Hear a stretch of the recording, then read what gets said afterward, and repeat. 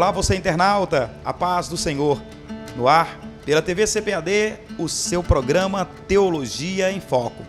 O nosso entrevistado de hoje é pastor, advogado, professor de teologia, presidente das Assembleias de Deus e também da Convenção no estado de Alagoas, bem como presidente do Conselho de Ética e Disciplina da CGADB. Seja bem-vindo, pastor José Orisvaldo Nunes. Eu que agradeço o convite de estar com vocês para poder cooperar em alguma coisa no reino de Deus. O foco de nossa entrevista de hoje é vida após a morte. Vamos ao foco? Bem, pastor, como o foco de nossa entrevista é vida após a morte, tem crentes que dizem que tiveram experiência, morreram, alguns dizem que foram ao céu, outros dizem que foram ao inferno e trazem relatos depois de terem morrido, de uma experiência sobrenatural. A respaldo bíblico, o que a Bíblia fala a respeito dessas experiências? Meu querido irmão, nós protestantes, nós temos uma máxima: somente as Escrituras e nada além das Escrituras. Respeitamos as pessoas que falam de suas experiências, porém, tudo tem que ser testado pelas Escrituras. No Antigo Testamento fala de 3 ressurreições. Fala da ressurreição do filho da viúva de Sarepta, fala da ressurreição do filho da viúva da Sunamita e fala da ressurreição do rapaz que foi jogado na cova de Eliseu. O Novo Testamento, curiosamente, também fala de 3 ressurreições. A ressurreição da filha de Jairo, a ressurreição do jovem da porta da cidade de Naim e fala também da ressurreição de Lázaro. E as Escrituras são silentes, não contam nenhuma experiência que essas pessoas trouxeram do outro lado da vida. Então, 6 experiências, 3 no Antigo Testamento, mais 3 nos Evangelhos, fora Dorcas, que também foi ressuscitada por Pedro em Atos dos Apóstolos. E também não há nenhum relato que Dorcas trouxe alguma novidade, alguma revelação, nem do céu, nem do inferno. Eles simplesmente voltaram à vida, silentes do outro lado. Então, eu prefiro ficar com as Escrituras. As Escrituras são silentes e eu prefiro ficar silente também. Eu não diria que há essa possibilidade de trazer revelações, porque isso seria um perigo. As pessoas iriam acrescentar coisas à revelação que já está expressa na palavra de Deus. E tudo quanto Deus tem para revelar para nós está nas páginas da Bíblia. Né? Martinho Lutero dizia que toda revelação, todo milagre fora da Bíblia deve ser rejeitado, ainda que chova milagre todos os dias. Considerando então a resposta que o senhor está dando, como nós devemos interpretar de forma correta o texto bíblico que diz que depois da morte segue-se a juízo? Encaixa-se perfeitamente na observação que o senhor faz? Sim, perfeitamente, né? Nós talvez mais adiante nós vamos entrar nessa parte, porque o juízo não é apenas um ato único, o juízo é um processo, né? Por exemplo, aqueles que morreram em Cristo, eles já entram no gozo do Senhor, né? No paraíso celestial, como o Senhor fala, e o apóstolo São Paulo fala também, que de qualquer maneira já estão desfrutando das bênçãos. Não plenamente, porque a plenitude da bênção, da bem-aventurança eterna, será após a vinda do Senhor Jesus, a parousia, que será a plenitude da bênção, quando os salvos serão coroados e glorificados plenamente com os galardões. Mas mesmo antes disso, eles já estão gozando. Como também os perdidos.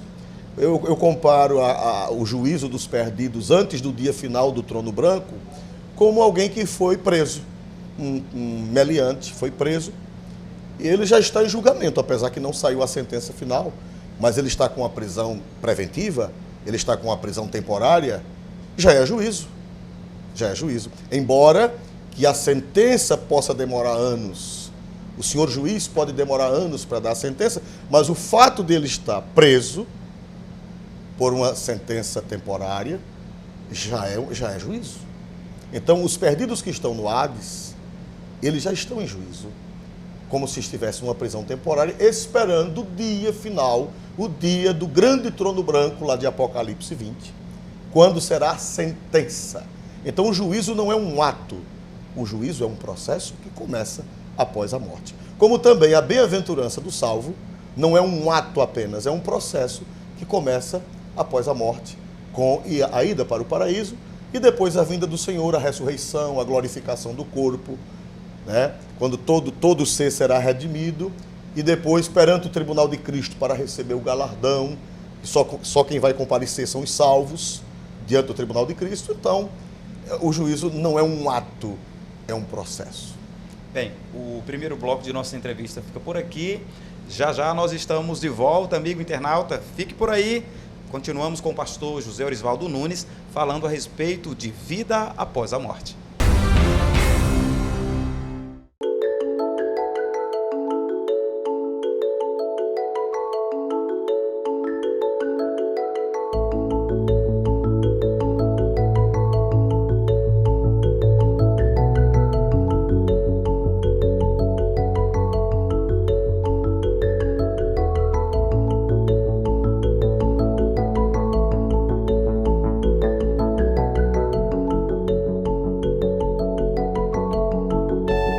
Quer se aprofundar nos estudos bíblicos com conteúdo e praticidade? Temos uma grande novidade para você. A Bíblia em fascículos, vendidos separadamente e com preço acessível. Cada um dos 31 fascículos vem com o texto bíblico e diversos recursos da Bíblia do Estudante e aplicação pessoal.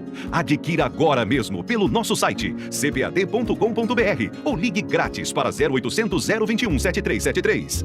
A Bíblia em fascículos, mais um produto com a qualidade CBAD. De volta com o seu programa Teologia em Foco, entrevistando o pastor José Orisvaldo Nunes. Pastor, como interpretar corretamente o texto de Hebreus 9:27, que diz que depois da morte segue-se a juízo?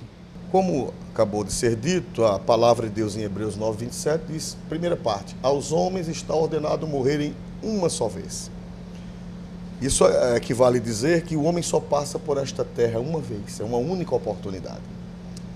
E aqueles que defendem a reencarnação, eles dizem que as pessoas morrem e voltam para se aperfeiçoar. Voltam melhorando, progredindo, evoluindo até se transformar em um espírito de luz. Mas a experiência prova o contrário. Se isso fosse verdade, o mundo estaria já um paraíso. Porque por essa ideia, os que já foram e já voltaram várias vezes, eram para serem verdadeiros santos. Né? Mas cada dia que passa a humanidade, confirmando as Sagradas Escrituras, que a Bíblia diz que nos últimos dias serão dias trabalhosos, os homens serão amantes de si mesmos, serão perversos, ingratos, desobedientes a pais e mães, etc.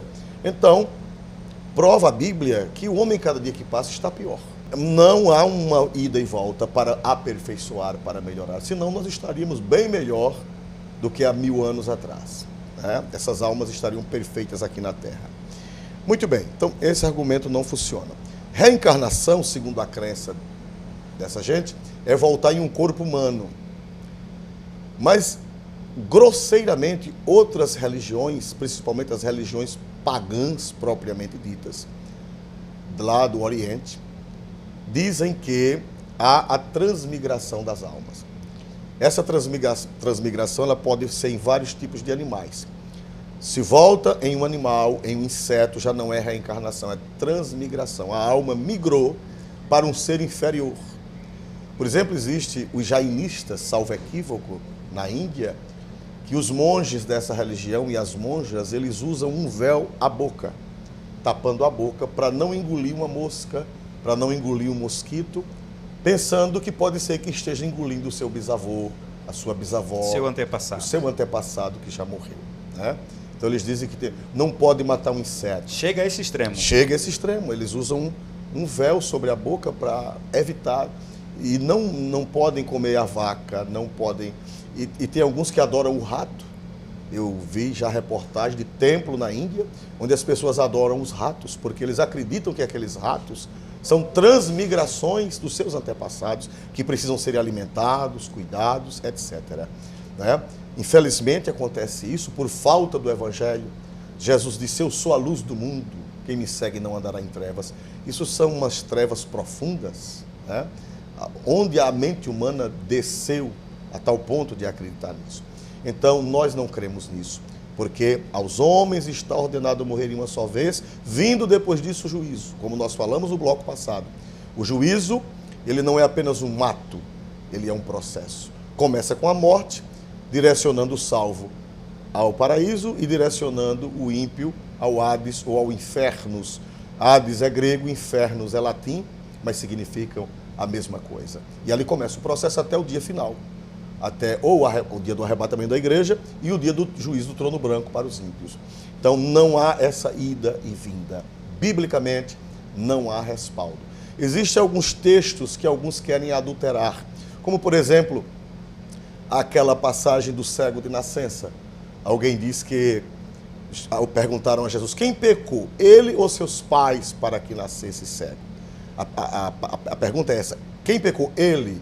Ora, ele era cego de nascença?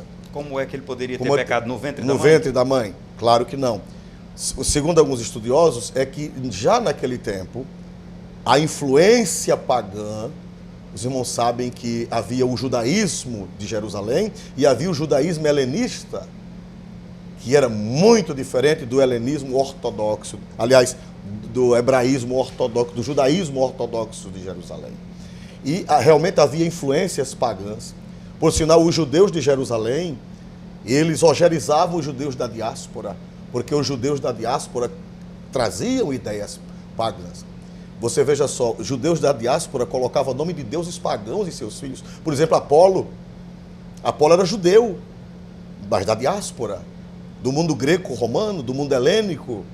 E os judeus estavam tão liberais que colocavam o nome dos filhos de deuses pagãos. E isso, para o judeu de Jerusalém, era uma afronta. Era uma apostasia. Então, o judeu que perguntou aquilo a Jesus, possivelmente ele estava influenciado pelo helenismo. E os tais, inclusive, costumam utilizar a passagem bíblica que fala sobre Jacó e Esaú, que no ventre da mãe já havia, da parte de Jacó, uma má-fé, uma espécie de, o que eles chamam de pecado, poderia-se dizer assim. Mas ali não prova nenhuma reencarnação. Ali é o pecado congênito. É o que a teologia evangélica chama de pecado congênito e a teologia católica chama de pecado original. Que significa que nós não pecamos porque somos pecadores. Nós somos pecadores porque, aliás, nós não somos pecadores porque pecamos, nós pecamos porque já nascemos pecadores. Já herdamos de Adão. Aquela briga entre Jacó e Esaú, no ventre, era herança de Adão. Já eram pecadores, vamos usar a expressão, pecadorzinhos no ventre da mãe. Não porque vieram de outra geração. Pastor Osvaldo, e sobre a questão da imagem que nós comumente costumamos criar na mente sobre o céu, de dizer que o céu é um lugar arborizado, cheio de gramas, com jardins, com pássaros, a Bíblia fala exatamente como será o céu? Realmente a Bíblia fala de várias figuras do céu. Todas elas figuras bonitas, excelentes, belas. Por exemplo, a Bíblia fala que o reino do céu é um banquete. Muitas partes da Bíblia falam de um grande banquete. Por quê? Porque na cultura oriental e até na ocidental, o melhor momento da vida do ser humano é um banquete. Sentar-se à mesa. Sentar-se à mesa, comer com os amigos. Então, o Espírito Santo pega essa linguagem que nós compreendemos muito bem e revela nas Sagradas Escrituras para nos mostrar o céu. A Bíblia fala do céu como um casamento.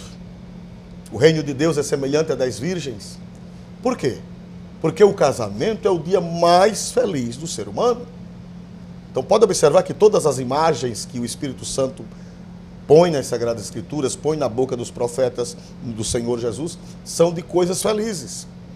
E a Bíblia fala do céu também como uma cidade perfeita, não uma cidade humana, cheia de defeitos, cheia de problemas, mas uma cidade perfeita, é um cubo, a Nova Jerusalém é um cubo perfeito, né? Mas tudo isso são símbolos, né? Na realidade o céu é um lugar, na realidade o céu existe como tal, com espaço, porém, o apóstolo São Paulo escrevendo aos Coríntios, ele disse que agora vemos como por um espelho, em enigmas, né? E quando nós virmos o Senhor face a face, então nós vamos vê-lo como ele é. Haja vista que o espelho naquela época não é o espelho que nós temos hoje. O espelho daquela época era de bronze. Não existia o espelho de vidro, era de bronze polido. O espelho de vidro é uma coisa de 350, 400 anos atrás. Era um espelho opaco, né? E o apóstolo São Pedro, na sua segunda carta, ele diz que as Sagradas Escrituras, elas são uma candeia que alumia em lugar escuro. Uma candeia, ela é suficiente para você não tropeçar, ela é suficiente para você não cair, para você não errar. Quem tem uma candeia está feliz no escuro. Mas o próprio Pedro, nessa carta, ele diz, ele fala da candeia e diz, até que o dia amanheça e a estrela da alva brilhe nos vossos corações. As Escrituras, elas têm tudo o que nós necessitamos, mas em forma de candeia. E Pedro diz, até que o dia amanheça. Então, quando nós chegarmos no céu, esses símbolos que o Espírito Santo usou, essas imagens que o Espírito Santo usou, vai ser muito mais. Isso é uma pálida imagem para a nossa pobre compreensão. Tanto é que quando o apóstolo tem a visão, o apóstolo João tem a visão registrada no Apocalipse, ele costuma usar a expressão como que. Como que? Como de. Essas expressões estão bem presentes lá. Estão bem presentes. É o que Paulo disse, citando o profeta Isaías, o que o olho não viu, o que o ouvido não viu, e o que não subiu à imaginação humana é o que Deus preparou. Não chegou ainda na nossa imaginação. O Espírito Santo tomou aquilo que chegou na nossa imaginação.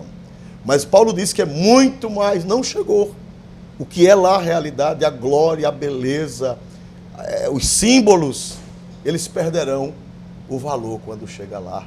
Vai ser muito mais do que a simbologia bíblica. Pastor, e o dogma da existência do purgatório?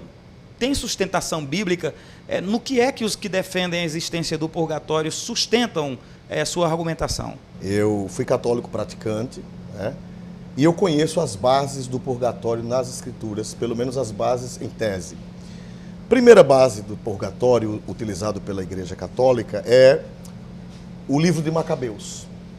Porque há lá uma oferta, uns soldados morrem numa guerra e descobrem depois que eles tinham ídolos.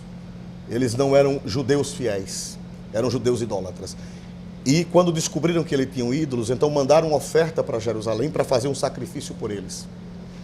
Só que o livro de Macabeus, ele não faz parte do cânon judaico. Ele faz parte do cânon fora de Jerusalém, fora da Palestina. Ele nunca foi aceito pelos judeus de Jerusalém. Como eu falei para você, os judeus helênicos, os judeus que criaram-se fora da Palestina, eles foram influenciados pela filosofia pagã. Então o livro de Macabeus, ele reflete isso. Por isso que não foi aceito. Porque não está a pureza da teologia judaica em Macabeus e nos demais apócrifos. Ou então, como chama lá, são livros deuterocanônicos, canonizados em segundo plano. Né? Então, o que é que acontece? O livro de Macabeus não serve para a nossa teologia, nem para a teologia judaica, porque ele é influenciado pela cultura helênica. Não é uma coisa pura judaica. Então, cai fora. O argumento do sacrifício que foi oferecido pelos mortos em Macabeus cai fora da nossa teologia, porque é uma teologia não pura. É influenciada pela teologia helênica, rejeitada pelos judeus e por nós cristãos. Em segundo lugar, os teólogos católicos, eles citam, não, mas Jesus disse que quem blasfemar contra o Espírito Santo, em Mateus 12:32, nem tem perdão neste mundo, nem no vindouro.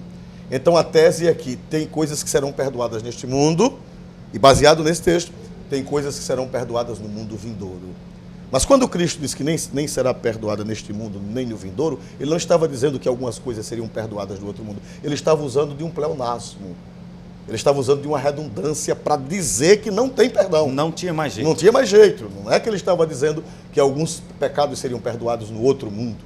Ele estava usando de uma linguagem forte para fixar na mente dos seus ouvintes que quem blasfemar contra o Espírito Santo não tem perdão. E a outra base também da teologia católica é que no livro de 1 Coríntios 3:13 diz que o tal será salvo como que pelo fogo. Aí eles pegam esse versículo e interpretam que é o purgatório. Não é isso que a Escritura diz. Está falando do galardão dos cristãos, o tribunal de Cristo para os crentes. Não é o tribunal geral para toda a humanidade, o trono branco, é o tribunal dos cristãos, onde eles serão julgados pelas suas obras que fizeram para Cristo. E a Bíblia diz que o cristão que não produziu obras boas para Cristo, depois de salvo, ele vai ser salvo, mas como alguém que toda a sua construção foi destruída pelo fogo e ele escapou pela janela, só com a roupa do corpo. É aquele que é salvo só pela graça, mas ele não correspondeu à graça, ele não produziu. Então a Bíblia diz que toda a construção que ele fez, por exemplo, o cristão que trabalha para se apresentar, o cristão que trabalha por egoísmo, por vanglória, ele pode ter feito até uma catedral, ele pode até ter ganho 1000 almas para Cristo, mas ele não fez para a glória de Cristo, ele fez para a sua própria exaltação. Então Paulo disse que essas obras dele serão queimadas. É comparado a feno, madeira e palha. E aqueles que construíram por amor a Deus, por amor ao próximo, Paulo disse que é ouro, prata e pedras preciosas que resistirão ao fogo. Não é um fogo literal, é o fogo do juízo, da análise divina. Então, essa parte nada tem a ver com o purgatório, é com o julgamento dos cristãos após a vinda do Senhor. Tudo o que eles fizeram será destruído pelo juízo de Deus, mas eles serão salvos porque a salvação é pela graça e não pelas obras, como pelo fogo. Tudo foi destruído, as obras foram destruídas, mas como ele era crente em Cristo pela graça, ele escapou como quem foge do incêndio. Não tem nada a ver com o purgatório. E a terceira é que os nossos amigos católicos, por quem temos um profundo respeito, porque tenho bons amigos lá, mas é o caso de Onesíforo. Paulo, ele, em Timóteo, faz um agradecimento à casa de Onesíforo, que foi um grande amigo dele. E ele diz que Paulo ora assim, que ele ache misericórdia do Senhor naquele dia. Então, os teólogos acham que Paulo estava orando por Onesíforo depois de morto. Mas é uma suposição, o texto não diz que Onesíforo estava morto. O texto não diz. Ele estava possivelmente fora de casa, e eles acham que é uma oração de Paulo por um amigo seu, um benfeitor, que morreu. Mas isso é uma hipótese, não há um fato revelado nas Escrituras.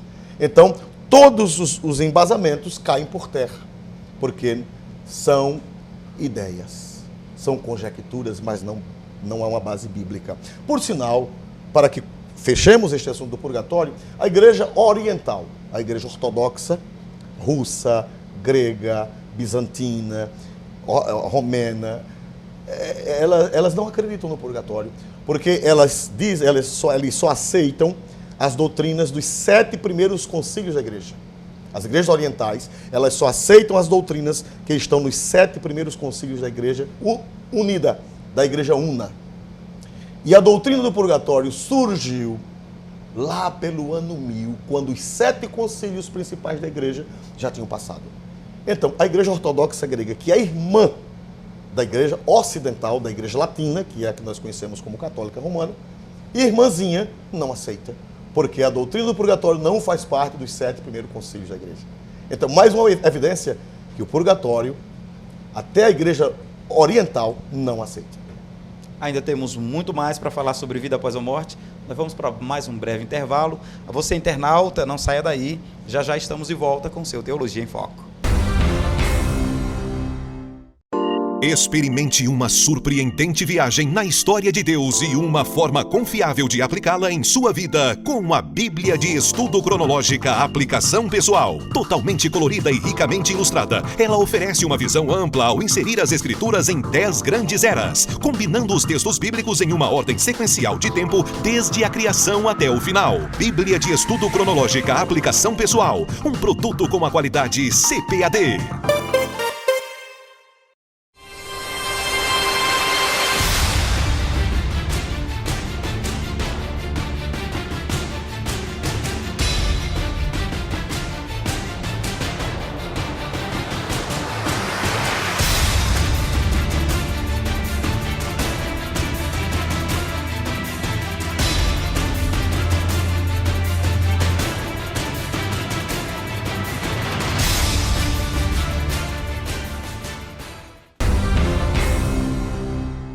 Seu programa Teologia em Foco está de volta.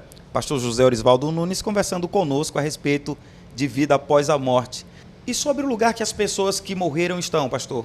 Porque tanto tem aqueles que morreram em Cristo, como aqueles que morreram sem Cristo. O que diz as Escrituras? Bem, Edilberto, como nós falamos, existem 2 lugares, não existem 3. O purgatório está descartado pelas escrituras e descartado pela história da teologia, né?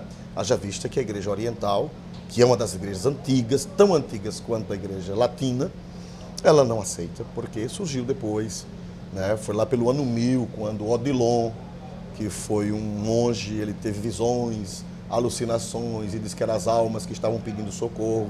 Mas nossa fé nunca pode ser baseada em visões, em alucinações de ninguém. Então tem o paraíso celestial, que é, nós diríamos, a sala de espera do céu, né? É a sala de espera do céu. Jesus disse ao ladrão da cruz: hoje mesmo estarás comigo no paraíso. E também Paulo disse que conheceu um homem em Cristo que foi arrebatado até o 3º céu, até o paraíso. Então, esse lugar chamado paraíso, que significa um lugar cercado como um jardim, é onde estão os salvos esperando o dia final, o dia da parousia, o dia da consumação de sua redenção. Porque a redenção só vai ser consumada com a ressurreição do corpo. Porque Deus fez o homem espírito, alma e corpo. Então, nossa consumação da redenção é quando nossos corpos ressuscitarem gloriosos. Então, enquanto isso acontece, o cristão já goza da visão beatífica. O que é isso?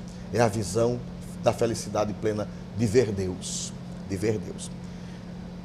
E os ímpios, né? Jesus conta muito claro na parábola do rico e Lázaro, fazendo uma ressalva gravíssima: não é parábola. A única Bíblia que diz parábola é a Bíblia da Sociedade Bíblica do Brasil, revista e corrigida. Tem uma epígrafe. Só que aquela epígrafe não faz parte do texto. A epígrafe foram os tradutores. Questão de editoração. De editoração. Mas todas as Bíblias dizem o rico e Lázaro. Por que ali não é parábola? Porque parábola não tem nomes próprios. Parábola sempre é um certo homem, uma certa mulher, um pai de família, um certo rei. E naquele caso do Henrique Lázaro, não diz que é uma parábola. O texto próprio não diz que é uma parábola. E segundo, fala de Lázaro. Lázaro é o nome de uma pessoa, nenhuma parábola tem nome. E fala do nome de Abraão, um personagem histórico. E Jesus não iria usar o nome de um personagem histórico para uma história parábola, né? Então ali é um fato. Ali Jesus abriu uma cortina e mostrou o outro lado da existência. Os salvos no seio de Abraão. Por que seio de Abraão? Porque a palavra seio em hebraico fala de comunhão, né? Aconchego. De aconchego, de estar junto. Então, quando diz que os salvos estão no seio de Abraão, significa que eles estão juntinho, comungando com Abraão, que era o sonho de todo judeu, era Abraão, né?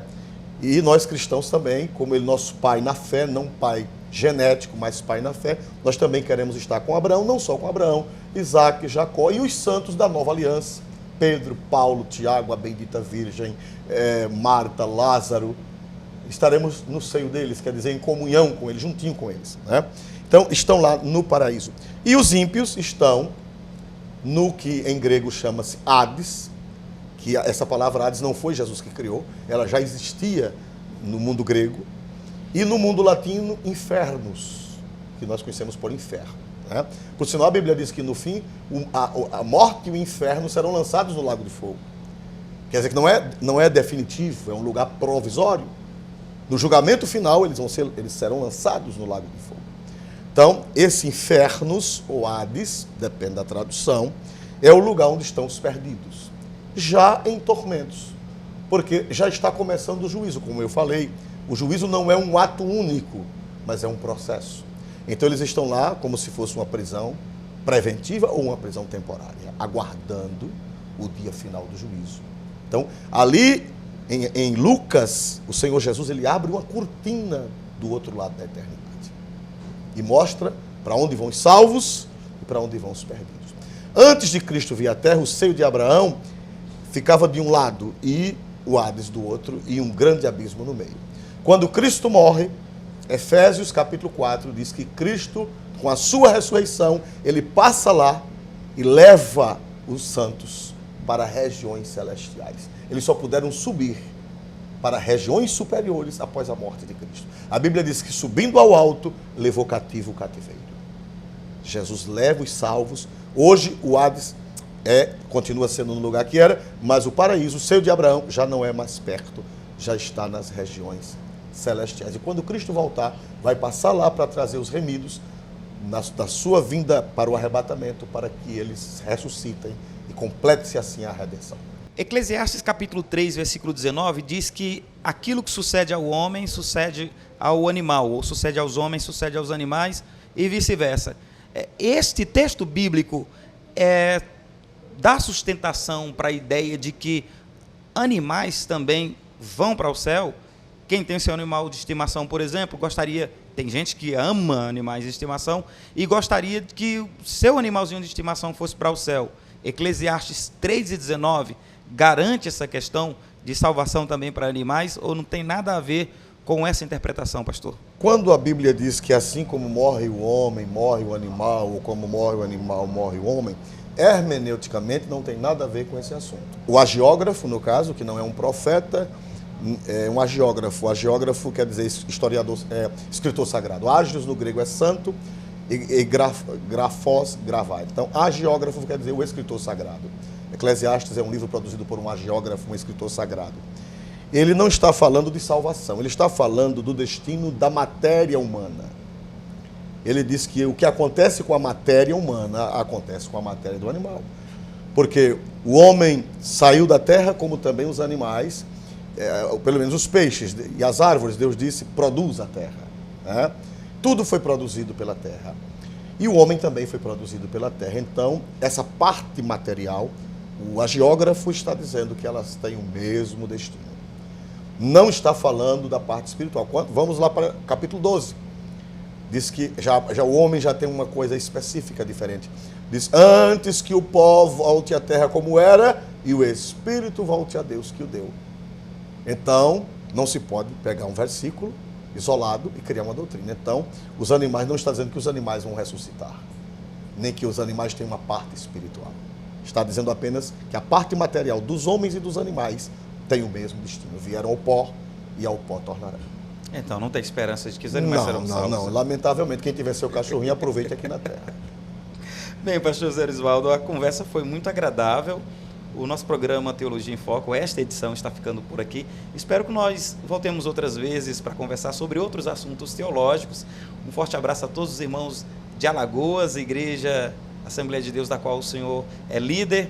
E o senhor pode dirigir-se aos nossos internautas, deixando uma saudação a todos eles. Eu quero falar da minha felicidade de ter podido cooperar com o nosso querido pastor Edilberto, que é um amigo, apesar da distância, mas nós o temos em grande estima, e dizer a vocês que não percam esses programas, porque vocês vão enriquecer. A pior coisa do mundo é um cristão não ter o que responder.